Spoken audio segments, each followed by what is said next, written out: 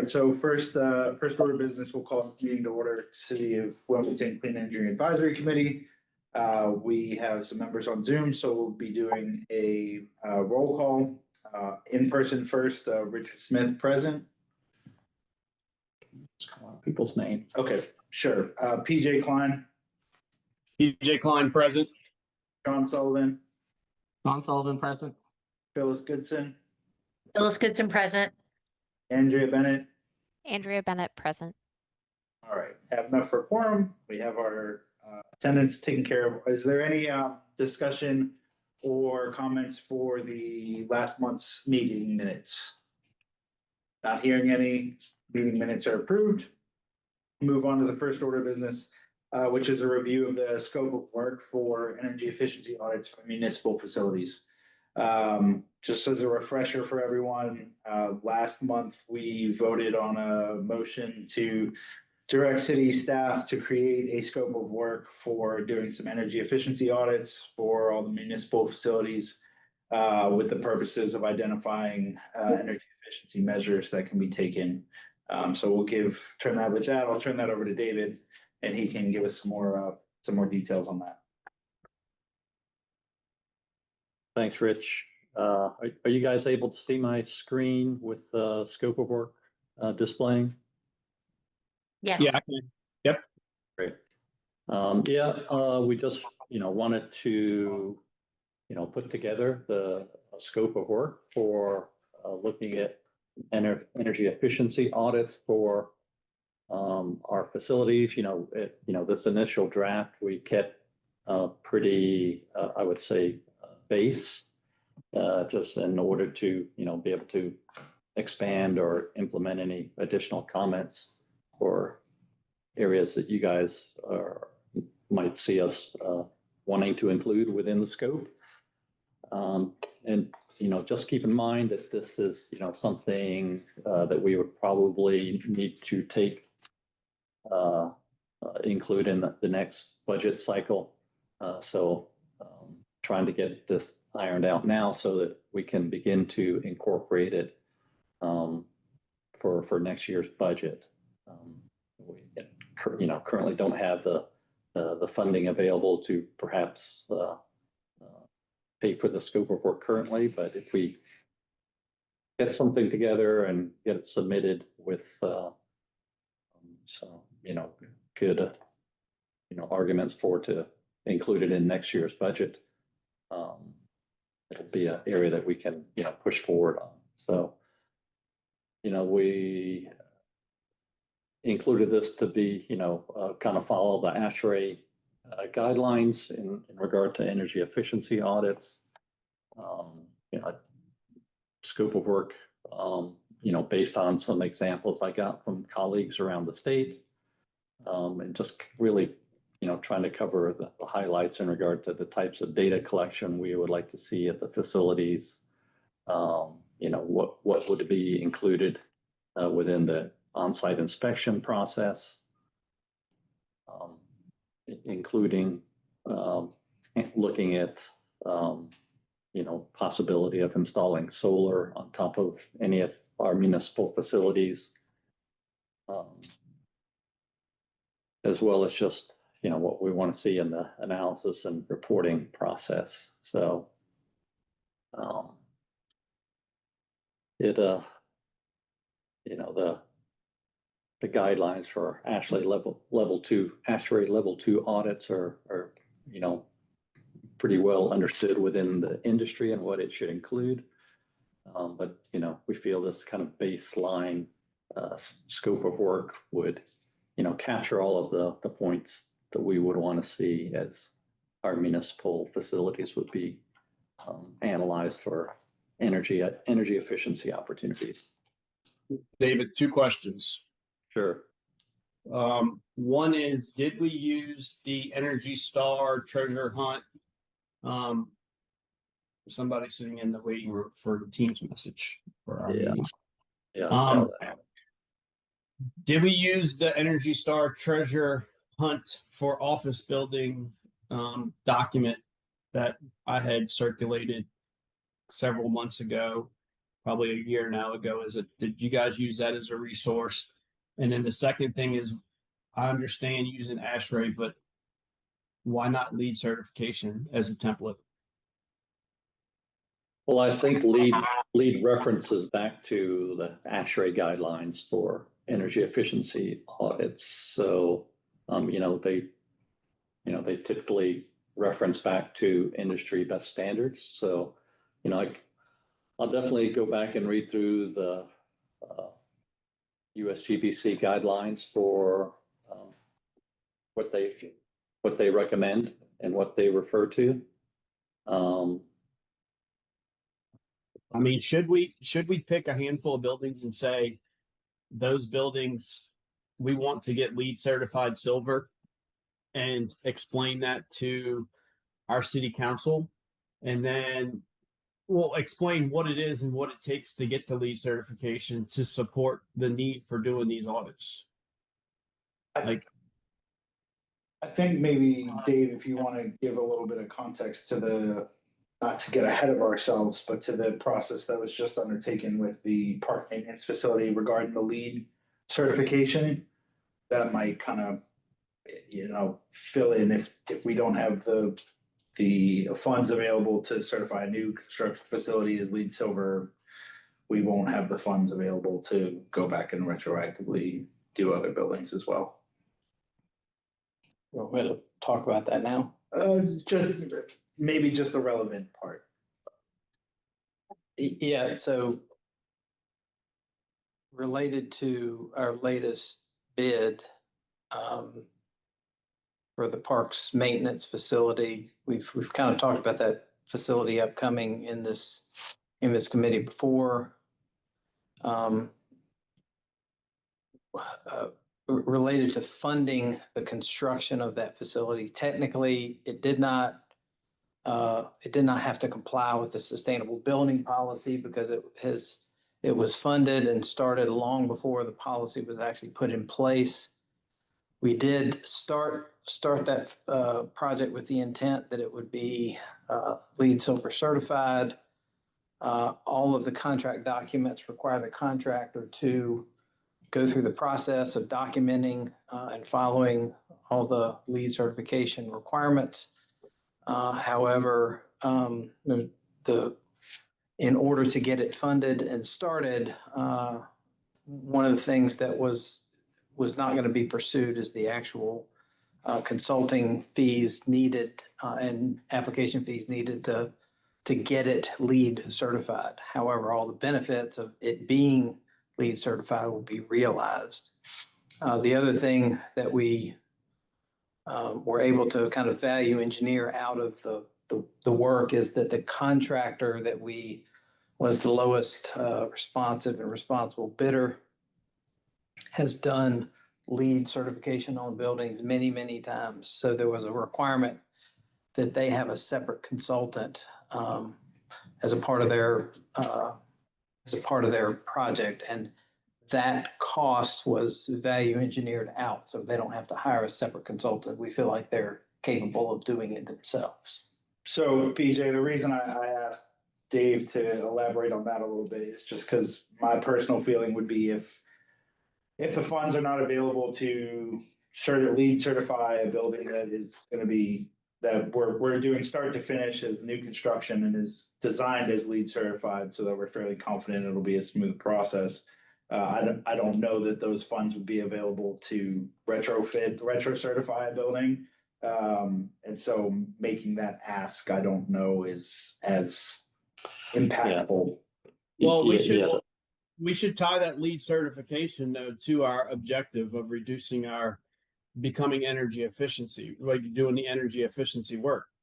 And I think the way that we should position it is, in order to hit our objectives, one way to do that is to one way to get to our objective is to get LEED certification on certain buildings, right? I'm not saying every government operation building, City of Wilmington operation building, but certain buildings we should strive to that and be able to show the calculation of, because we get to LEED certification, it will allow us to hit our objective or our goal. Well, just, LEED certification of existing buildings is a very different process than LEED certification for new construction. So, Absolutely. yeah, it very much gets into much more the operations and maintenance of the facility. A lot of things outside of just the energy use of the facility. So, I'm not sure council would have the appetite for funding the whole LEED certification process for our portfolio of existing buildings. I do see PJ's point, or maybe, maybe it's tangential to what he's saying, but I can see where, if we're advocating for energy efficiency audits, it's not based on the the requirement of LEED certification, but we could form it in the aspect of this will further, move us towards a LEED certification for these buildings. Or you can pick out the energy component part of the LEED certification and say, we want to meet the objectives of silver certification as it relates to energy efficiency. Right, yeah, definitely see tying it into that aspect of the LEED process, but. I just think I think that's a benchmark and something that you can set. Sure, yep. Yep, I could, within the scope here, I could reference, the LEED for existing buildings, best practices, reference, whatever standards. PJ, would you want to see that in the scope of work or just in the proposal when it comes time to request the funding and the budget from city council? Would you be fine with having it only the LEED, the reference to the LEED certifications included just in the budget request? Or do you want it in the scope of work for the actual audits as well? No, I think if you put it in the SOW, it at least lets the contractor know what they're going after and looking for. Okay. Right. What because they're going to be looking for things and they're going to start filling out their estimated cost, rate of return spreadsheet. And they're going to realize as they're going through it, hey, we may have hit this objective, but we didn't find enough to get us to this LEED certification for the energy efficiency part. We need to go find more. And then that'll allow us to have, and one thing I didn't see in here, unless I missed it, so I apologize, David, but we want individual projects listed out and a cost of implementation, estimated savings, simple payback, maybe net present value, because we're going to need to utilize that for city council to justify our needs to do some of these projects. PJ, you're saying that on the reporting end? Yes, after they complete the audit, as part of the audit. I think that is, tell me if I'm wrong, PJ, under reporting under 2.13, prepare and deliver final report meeting ASHRAE level 2 requirements with detailed analysis, specific ECM recommendations with associated costs and savings and potential next steps for implementation. Report shall include the following, et cetera, energy conservation measures, annual energy savings, annual cost savings, total project cost, utility incentives, net project cost, and payback period. Yeah, I think you're gonna want to add net present value on there too. I'm fine. I agree with that. Okay. And then as part, I would want to make sure it's clear, the annual energy savings, or energy cost savings, we need to make sure that they're utilizing based off of the latest forecast energy increases that were expected, right? Don't use it as a draw the line in the sand today. We need to be forecasting out known, I use the word known, energy costs, right? So Duke Energy is going to be filing a rate case and asking for more money. Once that rate case gets finalized and we know what the next multi-year rate plan is, we need to make sure that we include that. So they can make some assumptions that we can verify later and change, but that's really going to drive the payback period down if there is a net increase in energy rates. Yeah, that's a good point. Those forecasted energy rates that are out there. The last set of forecasts I used showed dramatic increases, so that definitely does make a significant difference with the we talked about data centers and all of that, so is that that demand increases and the cost increases with it, definitely make a significant change in the forecasted savings. All right, anyone else have comments, feedback, questions, concerns? Anybody else join? No, good scope work. I'm seeing shaking heads, so I'm assuming we're good otherwise. David, to make adjustments to the scope of work, do you need us to have a motion for that, or just through this discussion is fine? Okay. Just for the committee's sake, I want to make sure, is everyone okay with the changes that PJ's proposed? I certainly am, but I want to make sure that everyone is on the same page before we put that into the official scope of work. Okay. Not hearing any, So then go ahead. yeah, just to reconfirm what I said so that we could have it documented.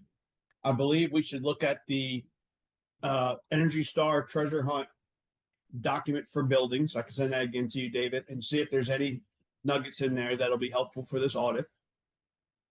I think we need to look at the LEED certification for existing buildings and look at silver and see if there are other opportunities in energy efficiency space to incorporate here. And then under the reporting, we need to just make sure that we're capturing net present value and future energy cost. The one other top component I wanted to discuss is not necessarily funding, but scope of facilities. Do we want to have all facilities addressed at the same time? Do we want to do it on a rolling basis? Do we want to select only facilities with a certain amount of square footage or EUI? What is the committee's feeling on where these energy audits should be applied?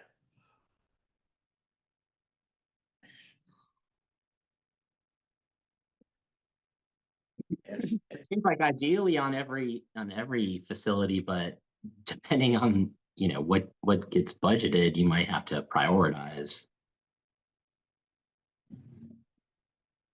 So maybe I solicit some feedback from city staff as far as, what do you think is the best strategy or the best likelihood for success? Is it requesting for a set number of buildings, a set number of facilities, or giving kind of a blanket, like we would like to get a quote for the entire portfolio of buildings? Well, the type of buildings that we own varies greatly, Correct. as does the size. Mhm. And I may say something, I might stick my foot in my mouth, but I'm sure PJ will tell me if it's in there and he will tell me how to pull it out. But there's diminishing returns on what we're gonna get as we get smaller in size of the building. So I think there's somewhere in between our smallest building and our largest building, there's an optimal place that we want to ideally shoot for. Not that the energy used for all of our facilities isn't important and we can certainly save, but the rate of return of what we're gonna get is gonna be much higher if we focus on the larger buildings.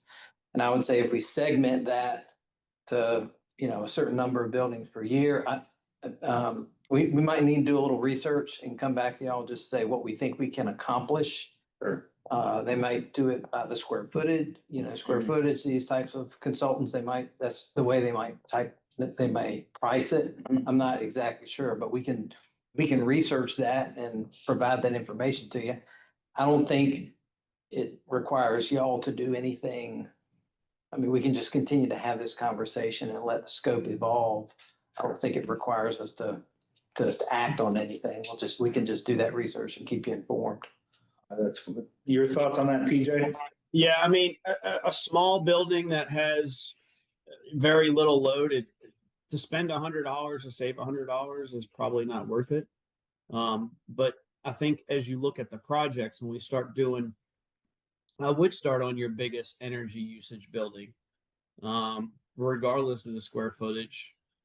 because you're gonna get the biggest, maybe not payback period may not be best, but your net savings are gonna be greater because you're proportionally just gonna have bigger savings.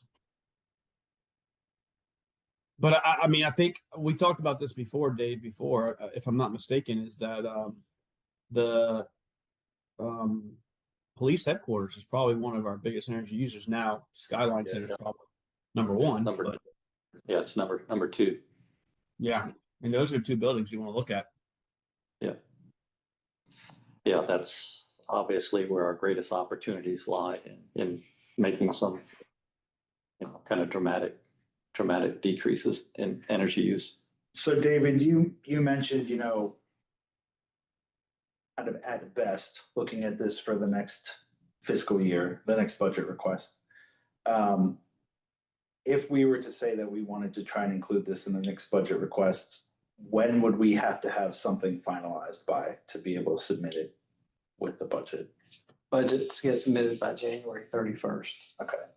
So if we say, can you guys get back to us at our next meeting with kind of, I would say, do some research on the pricing for how these firms price out their energy audits. And then looking at, what are the most energy usage, EUI intense buildings?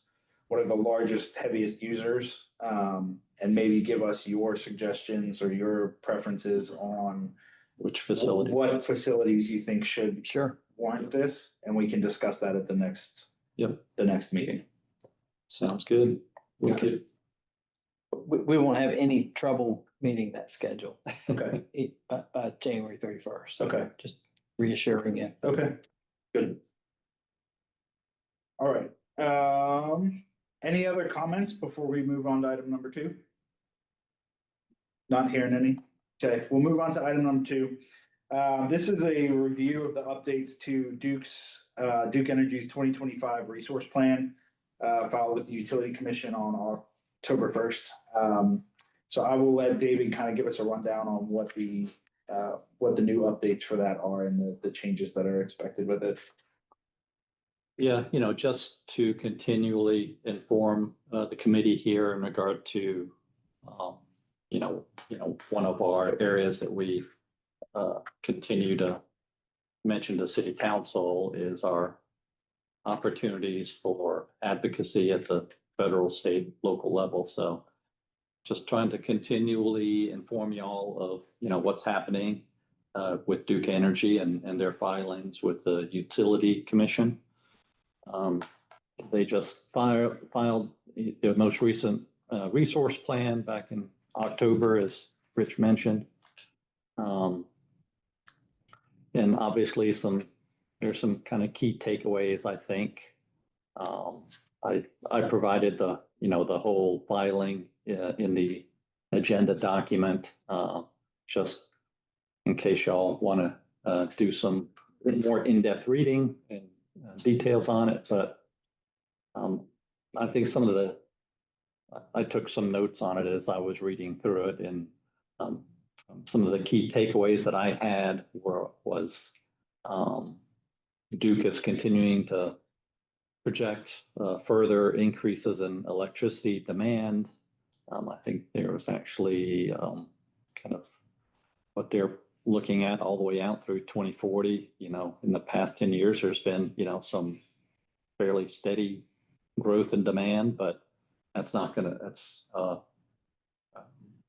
compared to what they're looking at in out through 2040, it's just incredibly increasing in electricity demand across the state. So, things like data centers and manufacturing and the electrification of the transportation system are all going to drive their projected demands. They had a number of projections over the last couple of years, and each time, see in the chart here, they had a couple projections back in 2023, and then a more recent one here in 2025. And, each time their estimates have gone up in regard to what's going to be required, out through 2040. which, certainly lines up and impacts, with our clean energy goals, both for 2035 and 2050. How Duke plans to meet this increase in demand is going to have a big impact on our strategies on meeting our 2035 and 2050 clean energy goals. Just some other key takeaways that I had from their plan is in regard to how they're going to be meeting this increase in demand. They're obviously still, have, as nuclear is a big component of the current base energy load. They're looking at some of the newer nuclear technologies to add to their portfolio. But, that's their latest target for bringing anything new online is way out in 2037. So that's,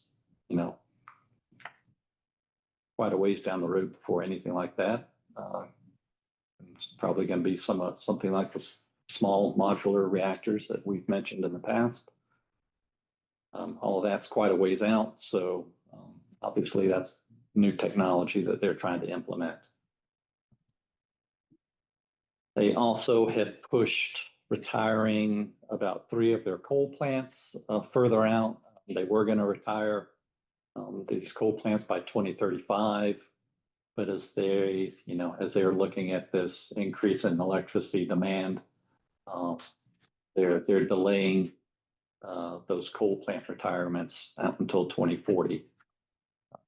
And keep in mind, this is all just their initial filing with the Utilities Commission. It doesn't mean this is what's been accepted and approved by the commission yet. That's going to be a several month process. So just keep in mind that these are all just what they've submitted at this point. They also are going to expand natural gas plants. They have 4 existing ones. They're going to expand the capacity of those plants, and they're looking at adding 1 brand new natural gas plant. Also, solar power, while there's still going to be additions in regard to their solar portfolio, they've decreased that amount and pushed it out time frame wise. They were going to do like 8,200 megawatts by 2031. That's now been decreased to 7,900 megawatts. But it's not going to be online until 2033. So all this info is kind of buried within the document here. So it's, if you want to read through it, it's in there. But and just the last area I noted was in regard to wind energy. Both whether that's offshore or onshore. While they did have projecting adding 3,600 megawatts by 2035, that's now been, I would say, backburnered. Right now, they don't see any wind projects coming online through 2040. I would say that has a lot to do with things happening at the federal level. Just kind of the headwinds, no pun intended, with wind energy. Didn't they relinquish their lease, I think, too? I think I read that. I don't think I don't know. Maybe you saw something more than I did, but I don't know if they've relinquished the lease or, just really toned back their projections. I'll look it up now. Please do let us know what you find. Should be current for the next 30 minutes or so. Yeah. So, all of this is projected, and there's obviously going to be a lot of discussion and other alternative plans. I'm sure submitted by other parties to the commission. Yeah, I don't think anybody doubts that there's going to be a big increase on the amount of energy demand. There could be quite a bit of discussion and pushback in regard to, what's been forecasted, but, obviously that's up to, whatever modeling the various entities project with, so. Happy to take any discussion or comments around it. But yeah, just wanted to get this information in front of the committee as it's obviously will impact some of our goals and have impacts to, we do a lot of our forecasting with the EPA eGrid model, which takes into account the various inputs to the electricity grid and how that electricity is generated. So, yeah, we'll obviously have some impacts on some of our recommendations as well. I have two questions for the committee discussion. The first is,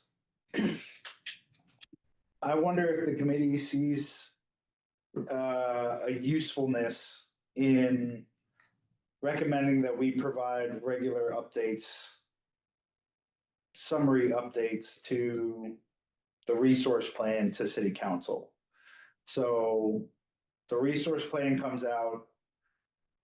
Does the committee feel that there's a merit to summarize the relevant informational points from this and send this as a informational update to city council? My second question is, do we want to start making regular recommendations in lockstep with these carbon plan updates to what we feel city council should be advocating for or not advocating for? So I'd like discussion on both of those ideas. My thought process being that these carbon plans are changing. Obviously, they're changing rapidly, they're changing drastically. They affect the city of Wilmington's energy use mixture pretty significantly, since we purchase the majority of the energy from the city, or from the city purchases the majority of its electricity from Duke Energy. And so as a committee, I kind of feel like we should be recommending that the city is advocating for itself to achieve its stated goals. So I'd like to get some discussion and feedback on that.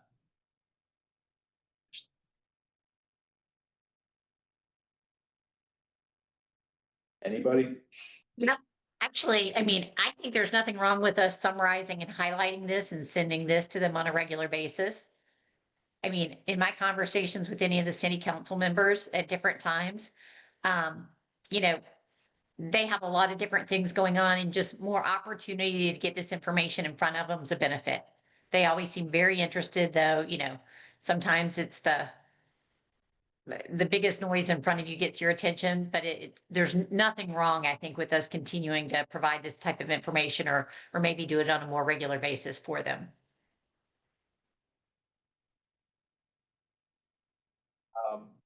Don't want to interrupt the discussion. Do you want to just mention for the meeting minutes that Jessica Cannon has joined us as well? Welcome, Jessica.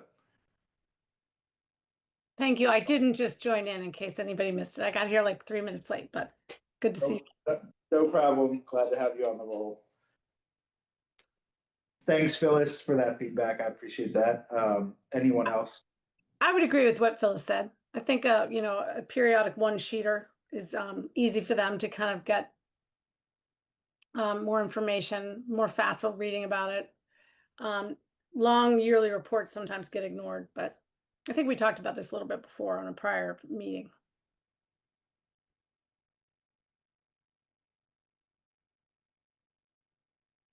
Okay, so it sounds like there's an appetite for, and we could set this to be more of a structured, more of a structured cadence, where whenever there's an update to the resource plan, we we state that by the next monthly meet, after the next monthly meeting, we will provide an informational update to city council. How about to the second question I had as far as should we be making recommendations to city council for what they should be advocating for? Given that this is affecting the city and all of the ratepayers in the area.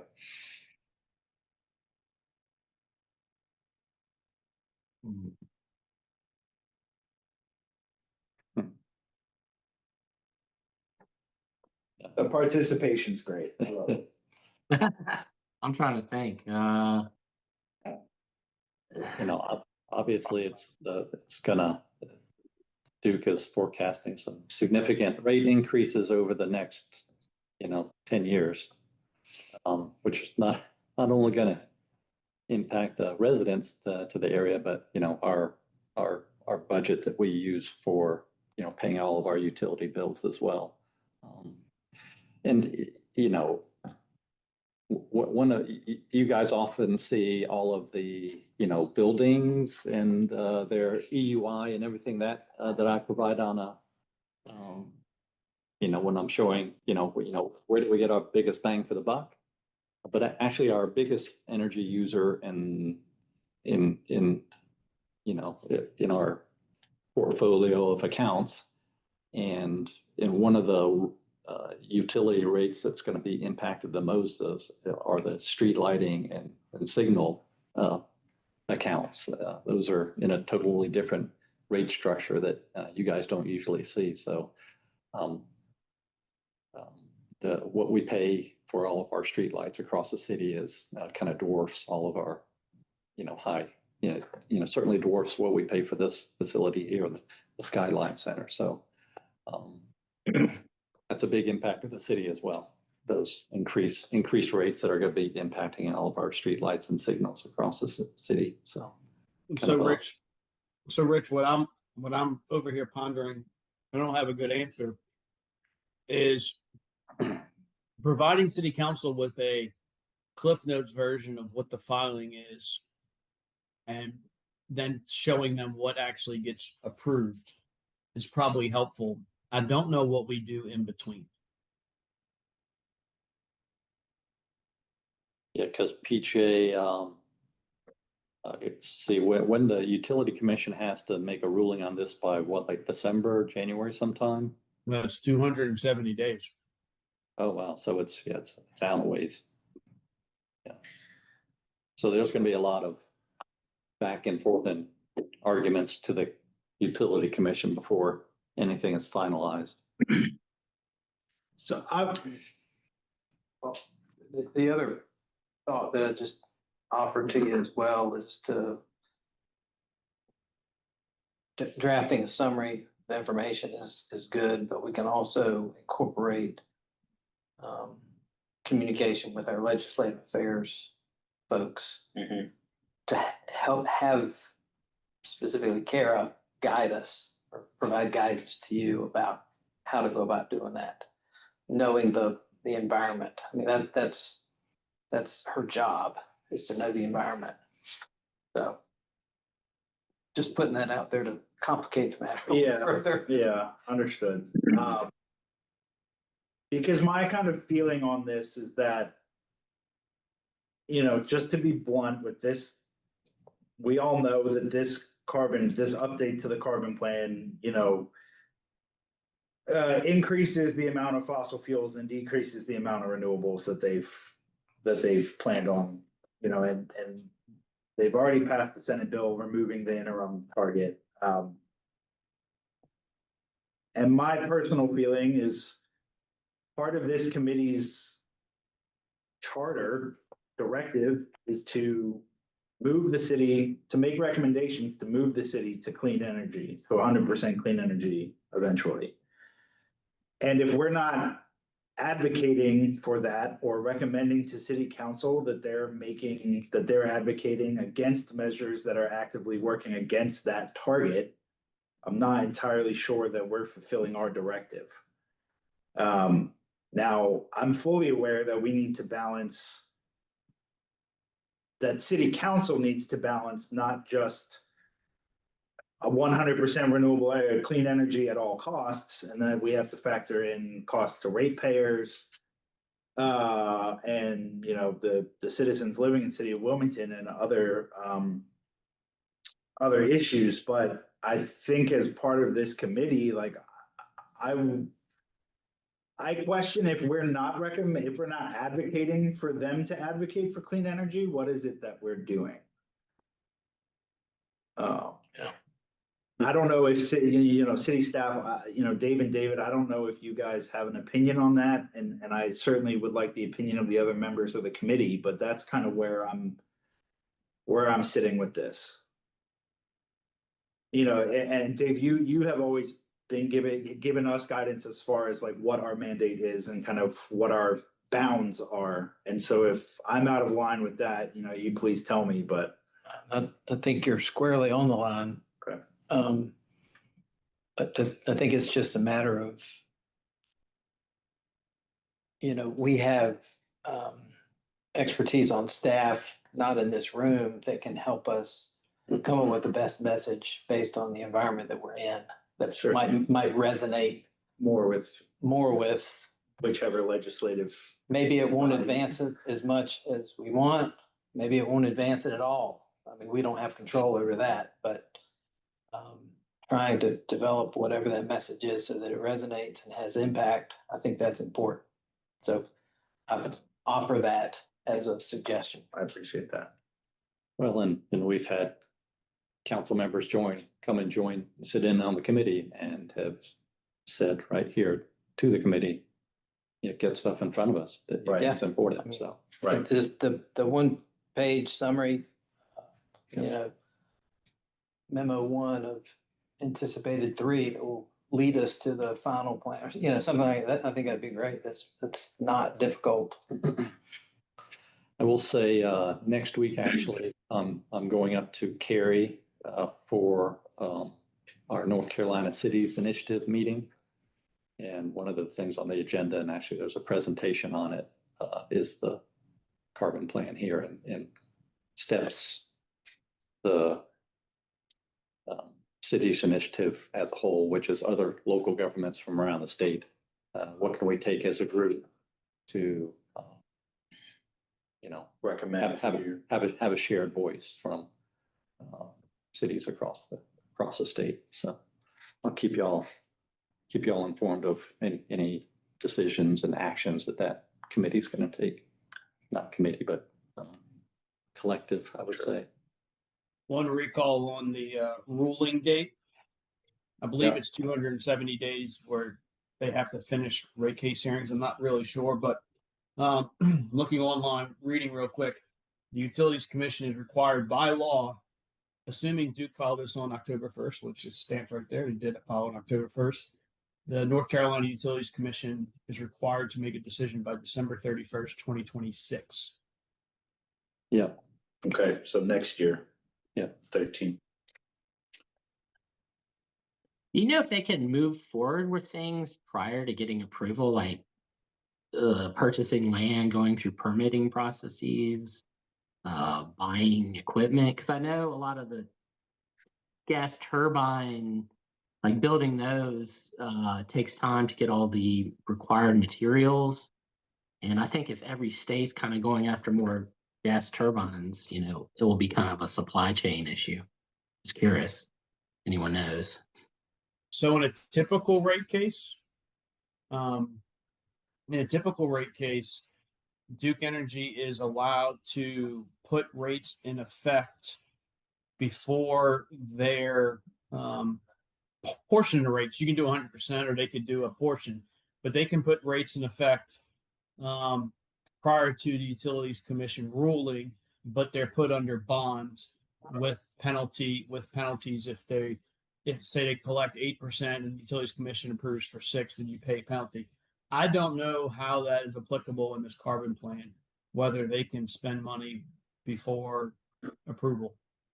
Yeah, because wasn't it also approved that we would pay for projects or like the ratepayer would pay for projects In progress. Right. So I'm also curious about that. Like they could move forward with projects that, I don't know, if it takes more than however many years to get, they start early, you know.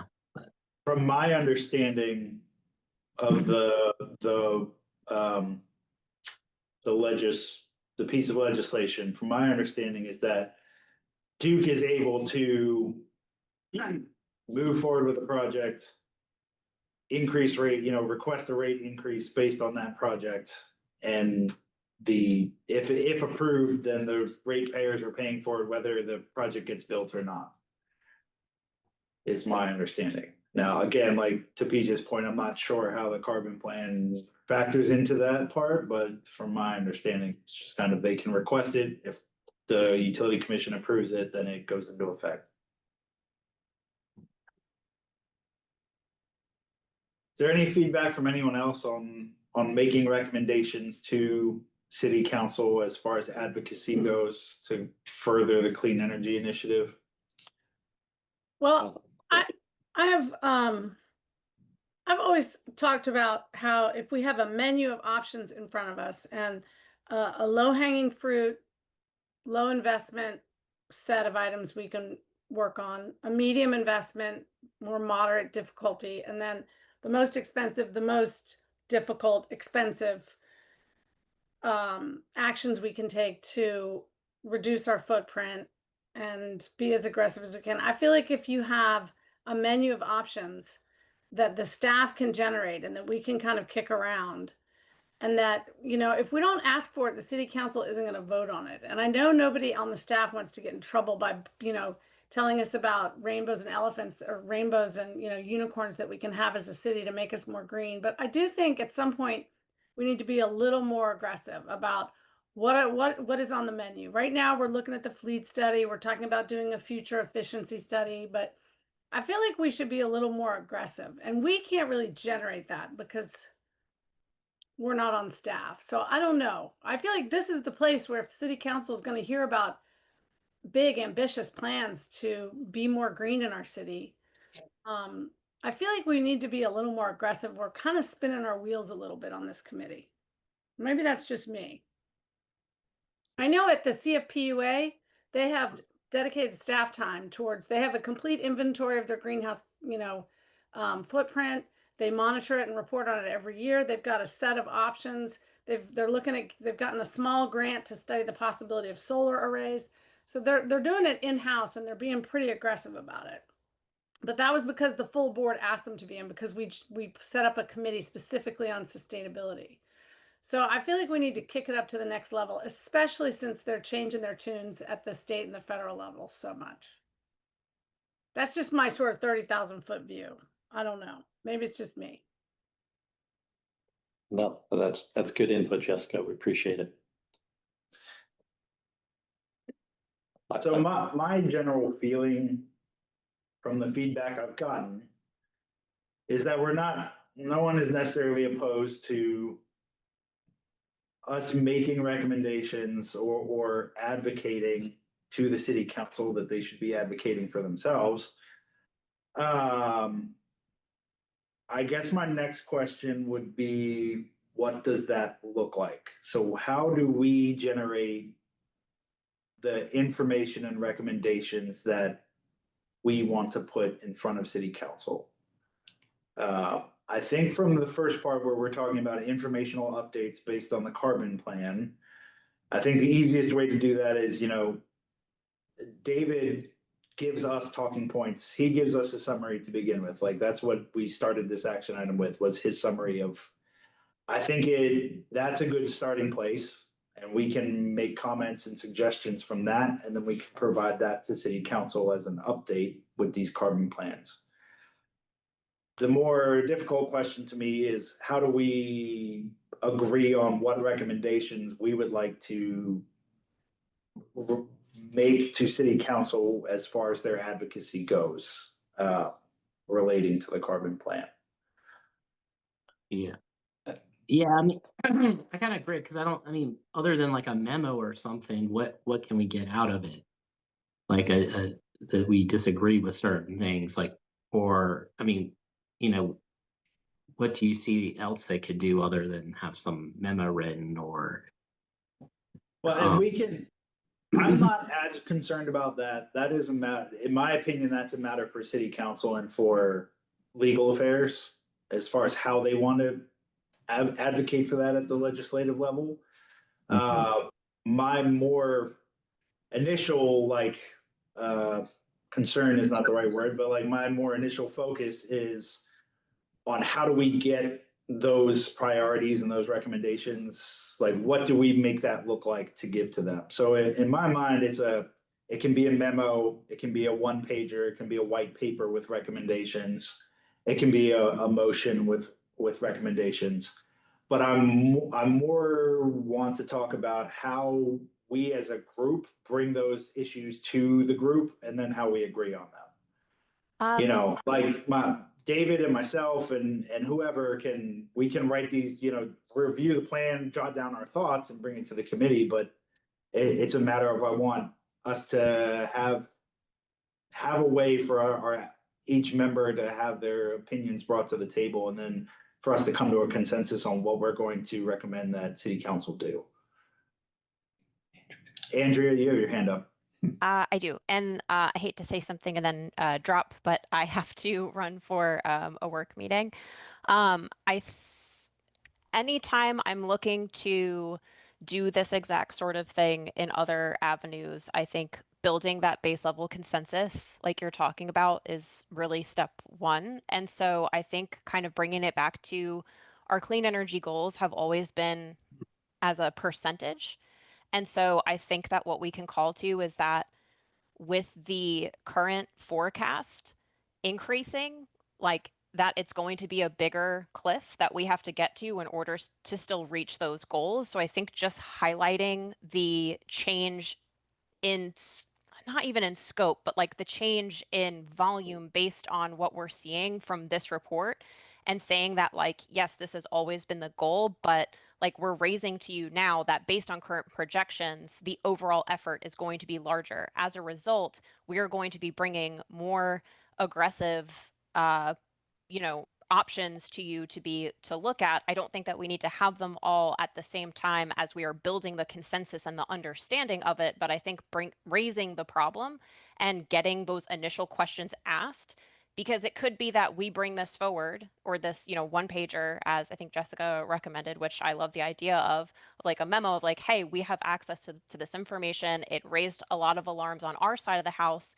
We wanted to make you aware of it so that as we start bringing things forward, they might have some immediate questions that help us move in that direction instead of trying to guess what it is that they might want us to bring forward. Maybe there's something that's already top of mind that we can then kind of run with. But I think raising it and making sure that they know that we see it, we're aware of it, we are actively in discussions to figure out how to address it. And that just kind of, then it's not at the same time, I don't know, you can kind of build that momentum a little bit by raising it first and getting it in front of them. So I agree. I think raising it and having that together, I don't necessarily agree that we need to raise it and have the solution immediately in the same memo. Based on how this discussion is going. I'm trying to remember also how our original, when we tried to have city council write something for the last carbon plan, like how we can make sure we actually get our message, or we get our what we're setting out to do done rather than work hard and then it doesn't get accepted. I don't know. Like it seems like the last time we had what was the name of the organization that wrote that document, David? Yeah, it was Like kind of a Steve- joint. Yeah. It was a joint effort from the Southeast Sustainability Directors Network and I would say the North Carolina Solar Energy Association. There was some, it was kind of a joint document that was passed around to local governments across the state. Yeah. To sign on to. It was submitted to the Utilities Commission as a public comment letter. I mean, is that what we're aiming for here, do you think? I mean, something similar, but we have to steer it a bit differently than we did originally? Well, that's one of the options as far as being able to, provide a response to Duke's carbon plan is either submitting a public comment letter or PJ, remind me of the term, if you want to formally get up there in front of the commission, it's what you Intervening party. intervener, yeah. Or you can be an official intervener, which some local governments that have taken that step as well. Yeah. I mean, I feel like if nothing else, this goes against what our scope is as this committee. And even if it's just a generic memo that says, I mean, not generic, but it says, how it's going against what we aim to achieve. I mean, that's something before we have to get into all the weeds of like what we want them to do for solar, what we want them to do for wind. Maybe that's something that would go farther. I don't know. Yeah. So I 100% see where you're coming from. I think I disagree a little bit, only in that I think it is easier for a a local government body or anyone really to stand on a recommendation if it is specific and it has like evidence-based How it's good. recommendations behind it and what the pros and cons of it are. Versus us saying like, look, this carbon plan is not clean energy friendly enough and it's gonna push our goals back in X, Y, and Z. Like, there's not a lot of meat on that bone. Like, it's easy for a city council to say that, but it doesn't really, to me, that's more of like a ideology than an actual game plan. Whereas if we can give them like specific recommendations as far, and not too specific, but just if we can highlight different aspects of this carbon plan that are going to be good or going to be bad, and the pros and cons of each, it helps them be more informed. And so what they feel more comfortable making that recommendation because they feel that they have the full picture of what this is and how it's going to impact them and their constituents. No, I think that's good if we can. It's just, I remember that document getting kind of into the weeds a bit. It did. It got into like Xcel Energy in like New Mexico or something, right? I mean, so it's kind of, that's what I'm just saying. We don't want to go too much into like the details of how to deploy solar or like stuff that's beyond our reach, I think. And I think we can workshop that as a group, right? Is like as we work, so like I think the first step would be send them an informational update on what this carbon plan update says. Then we would workshop as a group kind of what we feel we should advocate for against aspects of that. And in that process, we can workshop, how granular do you want to be about that? Do we want to just say, they've entirely cut out wind energy and we feel that that's a strong portion, of the portfolio and that it would particularly benefit us economically in this region, or how granular do you want to get with it? And we can kind of build that out as we develop what it is that we want to send to city council. Okay. I'm game for coming up with some lists. I mean, we got time. Yep.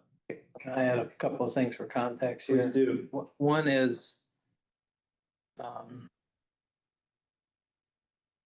items to be brought for discussion, consideration, et cetera, to this committee.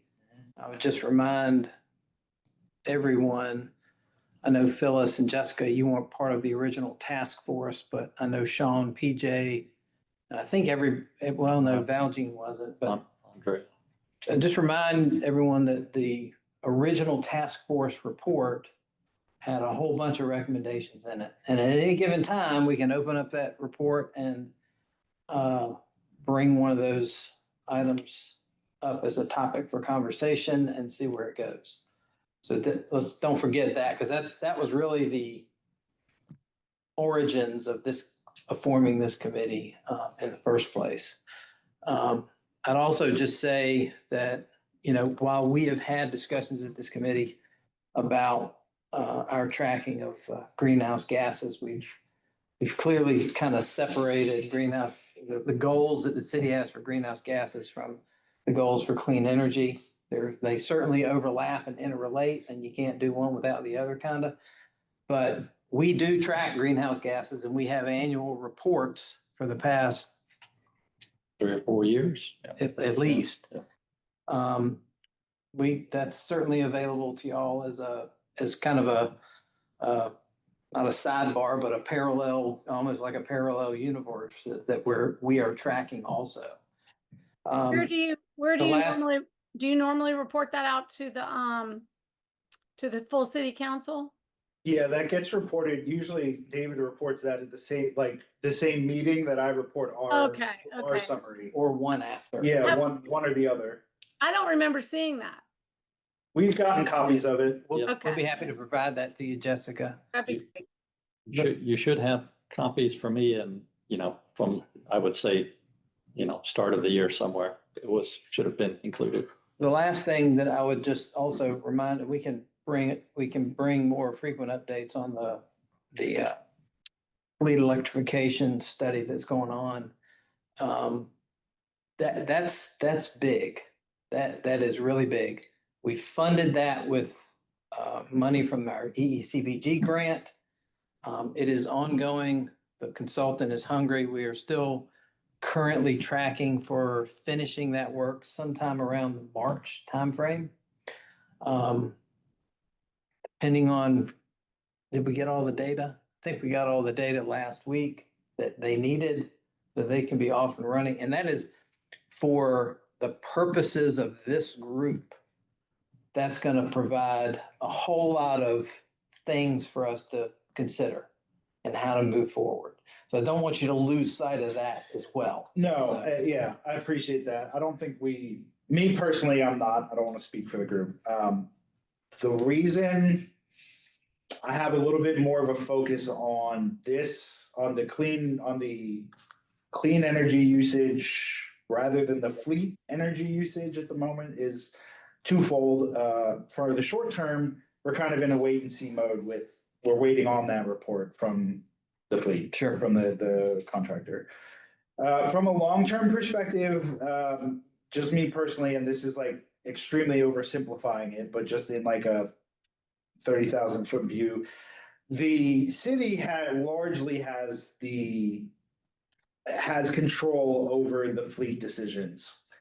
If the city wants to kick the can down the road until 2049 and then, or 2029 before our 2030 goal, and say, okay, it's the year before, now we need to spend like $7 million on electric vehicles. That's their choice and it's within their capabilities, right? But we have significantly less control over the energy blend that we're receiving from Duke Energy, and that is a significantly larger ship to move. And so in my opinion, that warrants as much, if not more, attention because it's a much harder ship to turn. Is the only reason that I kind of have more of a focus on that rather than the fleet. But your point is very valid and I feel like we're making progress on the fleet.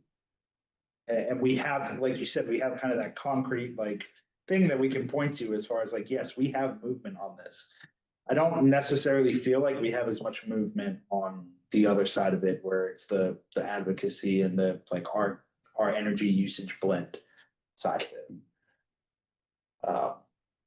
So wrap it. I want to give time for our last action item.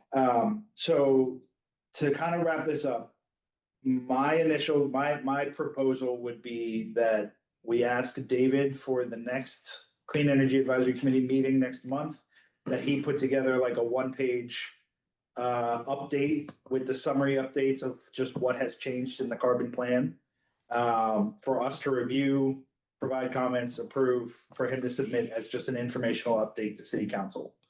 I would like to add to the agenda for next month some discussions about what topics we want to discuss. We want to make recommendations on to city council and kind of bring your opinions and your points of interest to that meeting so that we can discuss and workshop those for the purposes of making a recommendation to city council for advocacy purposes.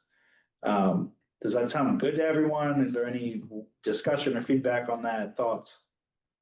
One thing I think it's also the format in which we make this, like how we recommend or what the next steps are, because I mean, maybe PJ or David have a better idea, but are there certain, like a memo versus the testimony or whatever you called it? Like, are there certain avenues that work better or have a larger impact? Because I remember going to some meeting in Wilmington where it was like people saying what they didn't like about the carbon plan after it had been approved, and I kind of felt like that was not far-reaching. That was like individuals. So I don't know. I think also the methodology to get the point across would what works best. So Sean, maybe we also direct city staff for next month to have a briefing for us on like kind of our different options as far as presenting things to city council, the different formats. Yeah. Okay. Yeah, I don't know if it, I mean, I think it's helpful when that briefing includes graphics very similar to what's being shown here, right? And we can actually show things. As far as an actual briefing, maybe David, there's a reason why, but getting things late in the afternoon on Fridays for a Monday review is sometimes difficult. And so I would ask if any material is distributed, if we can get it out as early as we can on Friday, unless there's a legal reason we have to wait till a certain time. Not at all. I can make sure y'all get it earlier in the week even than Friday going forward. Okay. Yeah, I thought maybe there was a reason we had to wait till Friday, but the earlier the better, just to give us some time to review a little more adequately. I mean, I was scrambling to review just the documents we had today right before the meeting, which I didn't obviously see the reporting piece. Yeah. Didn't recall seeing it, so. Yeah, that's not a problem. Okay. In that case, we'll direct city staff to do those things. And then we will move on to item number 3. Item number 3 are some updates we have. First is item 3A, the park maintenance facility. And this is one that I definitely wanted Dave to take some time to highlight because I think it's a significant win on his team's part in the public works department. So yeah, Dave, give us some context and updates on the city park, the park maintenance facility. Sure. So the park maintenance facility is, if you don't know right now, they currently occupy a space across 3rd Street from Greenfield Lake in kind of a hodgepodge of different buildings, with the main office building being a house that was built in 1923. That property is going to be purchased by the DOT for an intersection project down in that area. And so we got to move, but we also need to move because that facility is not meeting the needs of the staff that occupy there. The staff that occupy there are urban forestry group, park maintenance group, and all park amenities maintenance, as well as right-of-way mowing. So they do some pretty important work around town. We purchased a piece of property, 7.5 acres at the corner of River Road and Melton, gone through a design process. It's taken quite some time to get to the point where we actually had a design that was ready to be bid for construction, but we got there earlier this year. Presented a bid. Bids were received back in July. We received 9 bids, and I've never actually said that as a part of any project that I've done for the city. We received 9 bids. So this was a very competitive process. Unfortunately, the costs were still higher than our estimate, but we resolved that in terms of understanding where the costs were coming from. In preparing the bid, we provided as an alternate, the rooftop photovoltaic system, simply because we wanted to separate that cost and understand how much that was of value to the entire project. Bottom line is we presented an item to council on October the 7th that awarded the contract. And it also awarded the alternate item for the rooftop photovoltaic system. They approved it. So we'll start construction probably not until January, realistically, for another major facility that will have renewable energy capacity on its roof. And that's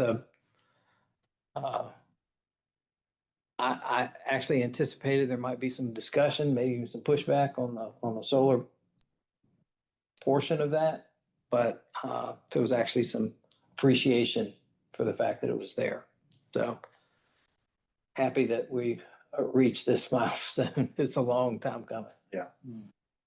And I just want, Dave shared this with me in our agenda briefing, and I wanted to make sure this was brought to the group to highlight that there is positive movement, from city council and from the city staff in the planning and implementation of these things. The other thing that you mentioned earlier that I want to re-highlight is that this building, for all intents and purposes, will be LEED Silver compliant. It may not have the sticker on the door, but it will be designed and built to those specifications. What's the estimated percentage of energy usage that's going to be covered by PV? It's substantial, and I can provide more details. I just don't have them with me. But there is a significant offset by what's being provided on the roof. The thing that I was going to add to this that I didn't say before, but contractor bid $160,000 for the rooftop system. We are also benefiting from about $20,000 out of the EECBG grant that will offset that by that amount. So the city's net for that facility is about $140,000. If you want, PJ, I can gather those numbers for you. I mean, I'd be interested in knowing that as a percentage. Yeah, absolutely. Yeah, so it's what the facility is designed with energy efficiency in mind, so that align with a lot of our goals. There's going to be some EV charging available at the facility. Water reuse. Water reuse with some cisterns and recyclable material, used for the interior. So yeah, it's really happy to see that we're going to be, following a lot of the LEED guidelines, even though we may not go through the formal certification process. I know this is, the completion of this building is far off down the road, but I do want to make sure that as we get to that point, we are highlighting these achievements that you guys are making. We've had the conversations before that this committee doesn't really feel like we do a good enough branding, PR, public informational dissemination about the green things that the city is doing. I want to make sure that's highlighted. And also, in particular, like the forecasted dollar savings for the city based, water reuse, energy for PV, energy reduction. I want to make sure that we're publishing the estimated, these are green things that we're doing, but besides the fact that they're good for the environment and for sustainability, they're good for saving the taxpayers' dollars. And Yep. Low cost of operation. correct. Yeah. Again, like I said, I know that's far off, but I want to make sure as we get to that point that these things are being highlighted and shared with the public. All right, item 3B, Duke Energy rate comparison of City of Wilmington accounts. Yeah, I wanted to bring this in front of y'all, and hopefully you can see this incredibly detailed spreadsheet. Want to just make y'all familiar with. So even though this is more looking at the various utility rates review that we just went through with. I'm not seeing anything. Is it on my side or everyone's side? Can you see anybody see the spreadsheet here? No. It's on All right, the- let me- It's not showing up right now, but based on the spreadsheet, it may be easier to pull it up on your end. Can you see it now? Let me stop sharing and see if I can reshare here. The bottom. Oh, sorry, thanks. Yeah. How about now? Yes. No. Okay, cool. Yeah, so just went through a utility rate analysis with our account manager with Duke Energy. And they were able to, identify there's actually a new rate structure that Duke is offering now.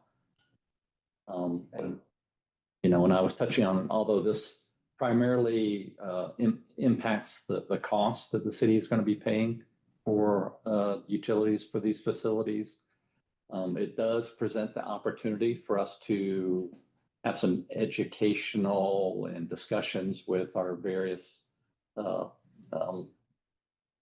departments at whoever occupies these various facilities to perhaps drill down even further on opportunities to save energy and thus save even more money. So that's a discussion we're going to be having at the departmental level here in the near future. But just wanted to just share that with the committee here that we're looking at a variety of different ways to not only save energy but help drive energy efficiency across our facilities. And what was the estimated annual savings from the rate switches? You're getting ahead I'm of sorry, you're I getting ahead of me, Rich. I apologize. Chum in the water there. Yeah. So these two columns right here are kind of important to take a look at it. These are like the current schedule for all of these ones that you see in yellow here. They're all currently under what they're just calling small general service rates. And column U here highlights the new, they're now offering a small general service time of use rate. Strange traffic lights. Yeah. Traffic, although this is just looking at most of our facilities, the traffic lights and lights across the city are definitely impacted by these rate structures as well. So our Duke representative, if you look at this last column here, he was able to identify the percentage savings by switching from the old small general service to this new small general service time of use rate. And all of these in yellow are the ones that he's recommending be switched over to the new rate schedule. I'll say that the total difference had to be at anything 5% or less. He was not recommending switching over. Like for example, this column or this row right here. It's a small general service account, but it was only going to reduce the cost by about 1%. So was holding off on recommending holding off on switching that one over. But you can see most of these are double-digit potential savings, and there's some other ones in this one that's highlighted in green as an account that we can kind of opt out of some of the riders that are offered. But overall, I mean, we've got 169 different accounts here, and by making all of the changes that are recommended, could save the city over $125,000 per year. So Estimated. estimated, yeah. And all of this analysis was based on analyzing 1 year of the most recent energy use across all of these different accounts. So, I was pretty excited to see these numbers and see the opportunity for cost savings, as well as the opportunity to show this across our various departments and, present the opportunity, since these are switching to a time of use rate.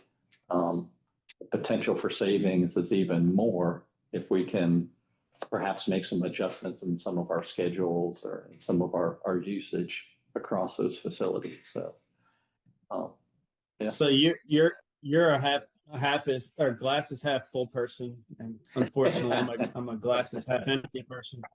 Because Darn it, what you TJ. just said was, hey, there's an opportunity for, I know, additional savings, but I also said, well, we get a really, really, really cold January snowy day, and that Yeah. time of use is going to go haywire, and you're going to pay a lot up front. So making sure when you switch to time of use, we need to make sure that we communicate effectively the risk versus reward. And we need to, we should be monitoring the time of use.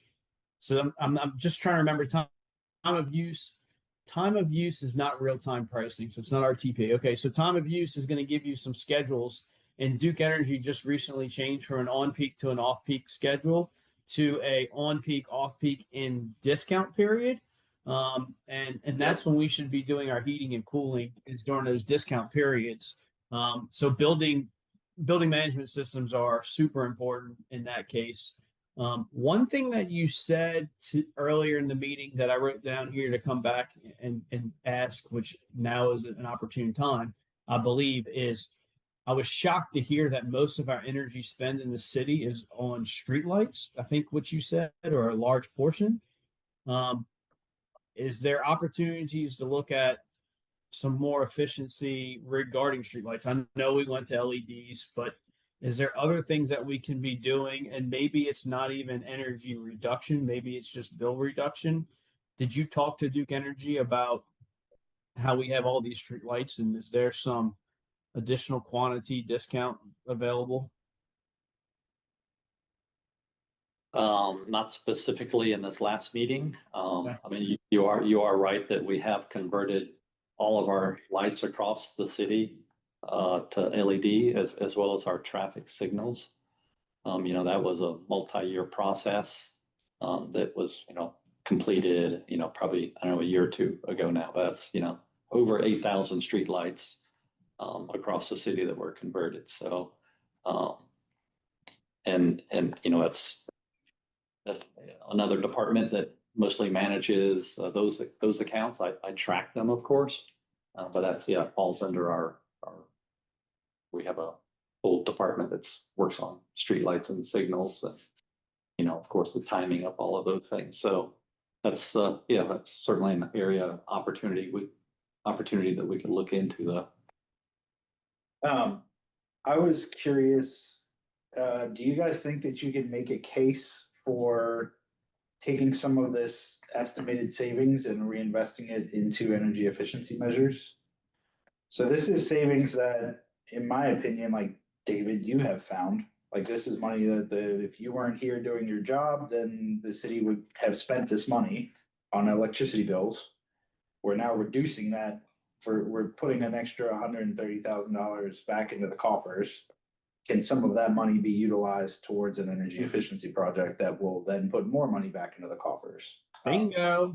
You nailed something that I was getting ready to ask. So thank you for asking that, because that's estimated in the budget already. Well, you're certainly. I certainly agree with you. I like the way you're thinking. I think that's part of the discussion. Yeah.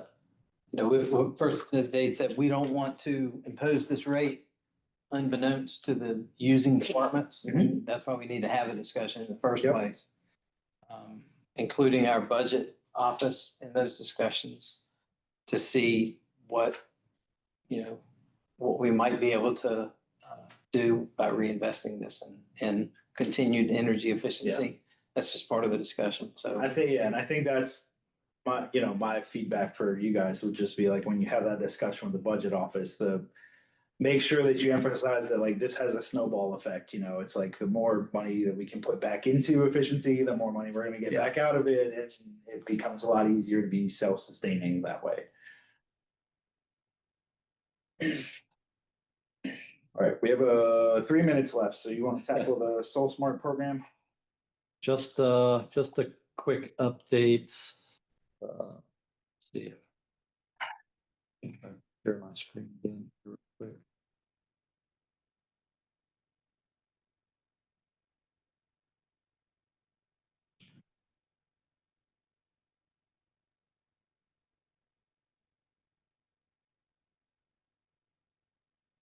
Get down to, I think, Rich, you asked just kind of where we are with Soul Smart. And I know I brought Soul Smart up at our last meeting, but there's been some continued effort behind it. And Rich, you asked kind of in our agenda briefing, kind of, where we are now and, what's it going to take for us to get to the next level. So currently we're a Soul Smart Bronze certified community. We did that, a year or two ago now. And there's, I would say, been some stop and go efforts to continue to move forward with it, but we're now at the point where there's been some really good collaboration between myself and the county as they handle some of the permitting and inspection process of the Soul Smart any kind of new projects across the city. So not only does the county now have like a solar landing page with what it takes to submit a project for inspection and permitting, but they've also have some upcoming training that they're already registered for their staff to meet the requirements of the Soul Smart program. And that would be enough for us to submit and try to become a silver Soul Smart community. And I'm already eyeing the gold category as well. But that's going to be just continued evolution of the process. There's some expedited review and permitting process. So obviously just some more collaboration, not only with our departments, but also at the county level. So, but yeah, just some really good collaboration with myself, the sustainability coordinator with the county, and she's communicating with the county staff on her side. So I hope in the near future, within the next month or two, we'll be able to report back that we've submitted for this next level of certification, and continue to move forward with making solar easier to implement and navigate here for all of our city residents and commercial businesses. So as well as the Charging Smart program, and I don't have that on the agenda, but we're also making some great strides in the Charging Smart. So that'll kind of, as this program, the Soul Smart program, makes it easier to implement installing solar across the community. The Charging Smart program is all aligned around electric vehicles and installing electric vehicle infrastructure across the city. So making some big steps on both programs. Great. All right, well, that puts us right at time. Thank you, everybody.